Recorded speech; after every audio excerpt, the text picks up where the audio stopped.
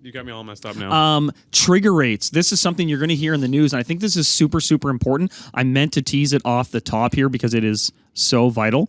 We've talked about this before, about variable rates and fixed rates, and how there's a lot of expectation that by the time this comes out, like this episode, I think comes out on the 5th, and then the Bank of Canada is going to announce another rate increase on the 7th.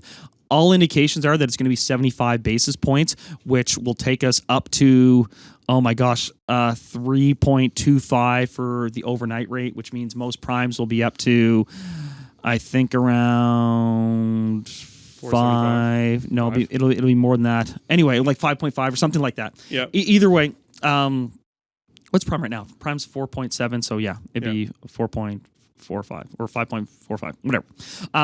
We've been talking about this a lot. If you have a variable product that floats, meaning as the prime rate goes up, you just kind of rise with it and your payment goes up. That stings, and you're used to it. I mean, that's what I'm on, and it certainly stings as those goes up, and those are going to continue to go up as we get these new increases. Chandler's looking for rate hikes. But there's also these variable products where you've got an adjusted payment where your payment actually stays fixed, but the ratio between your interest and your principal, that's what gets adjusted as these rates increase. So really easy numbers. You may start off like a $2,000 mortgage payment, and say $1,500 or $1,300 of it is interest, $700 is principal. And as these rates have been creeping up and creeping up and creeping up, maybe that goes to $1,000, and then maybe it was something like, all right, now I'm paying $1,300 in interest and only $700 in principal, and then maybe it's $1,700 in interest and $300 in principal.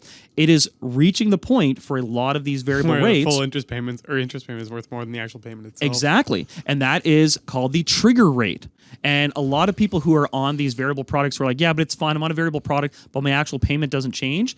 If not this increase in September, then almost certainly the increase that follows before the end of the year, your trigger rate is going to happen, and you're going to actually see an increase in your rate payment because you'll effectively be running a deficit. You will owe more interest per month than your current payment, which means you'll be making nothing towards the principal. And in fact, the extra interest owing is going to be accruing. And so you'll be getting less and less equity paid off on your property, which of course violates the terms of your mortgage.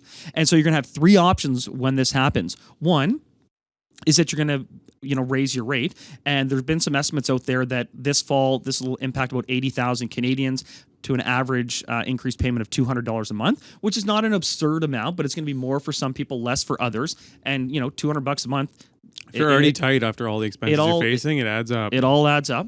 Option 2 is that you can actually start making lump sum payments and say, okay, if I'm going to be running this deficit of $25 to $100 a month on my mortgage, I can throw down a lump sum payment of $5,000 to sort of cover me for a little while. And the third option is the one the banks want you to take, which is that you'll opt into a fixed rate in order to give yourself some predictability, which you should not do.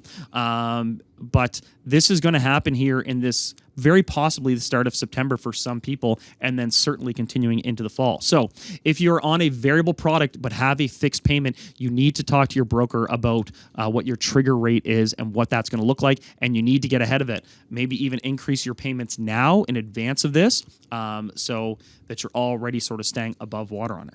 Good news, I took my variable at 5.5, so my trigger rate's another.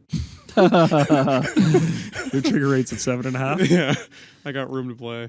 Yeah. That is very intense. I never really thought about that, but it is going to start impacting a lot of people. And this is, I'm like, it's funny if defaults start taking place, the bank stock will start dropping a bunch, but it's actually going to provide a really great opportunity to buy in because they're going to be making a fortune out of this.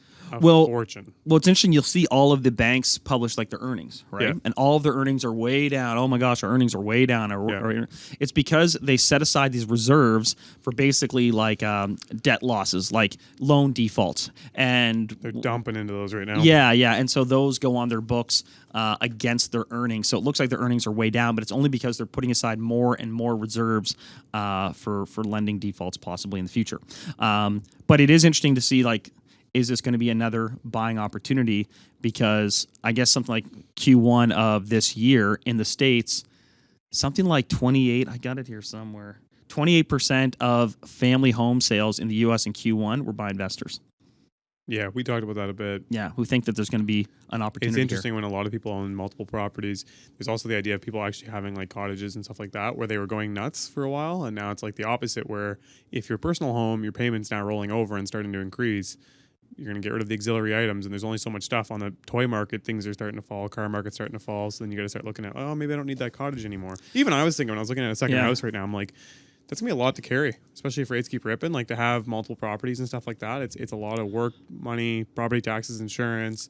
But what's interesting is like who's going to be the buyer? It's going to be opportunistic people who have cash, and the concern is that it's going to be a lot of corporate big investors buying up the single family stuff. And I'm not talking about, the landlord, buying another one here or there. I'm talking like, we talk about Blackstone here every couple months, man. Chandler is like the evil corporations. They have something like $941 billion in U.S. real estate assets, $14 billion here in Canada.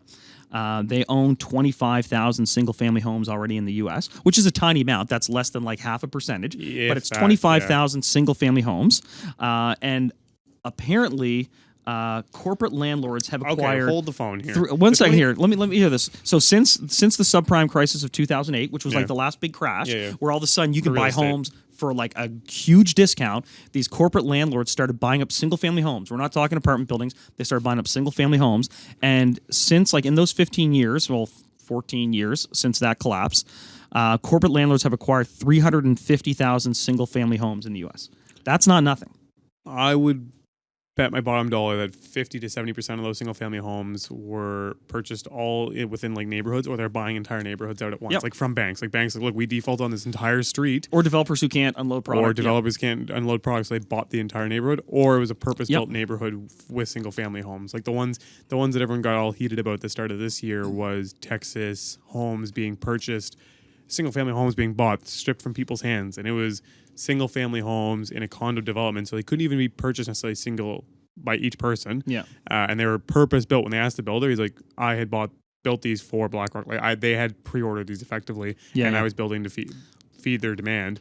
And realistically, the other thing is, like I've said before, with condos, a lot of these pre-ordered or these neighborhood purchases, if they hadn't have bought them, then unfortunately consumers couldn't have bought them, and the inventory just never would have come through. And so realistically, there'd be even less properties available, whether it's renting or buying. Yeah.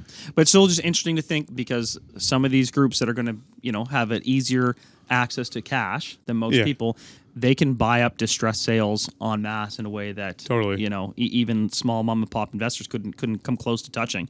And where Blackstone opened an office in Toronto, people made a big deal about that, even though they've said so far they're not going to be buying single family homes in Canada. It's still kind of interesting. There's a lot of big institutions starting to look at Canada now. Oh, yeah, we finally hit that radar, because I think obviously consistent house growth. Also, the inventory crisis for these guys is good news, and they can see a lot of run up on that pricing. But yeah, so anyway, that's kind of a digression too, but I really wanted to get into those trigger rates. When I was broke, I had rich habits. When I was broke, I had rich habits.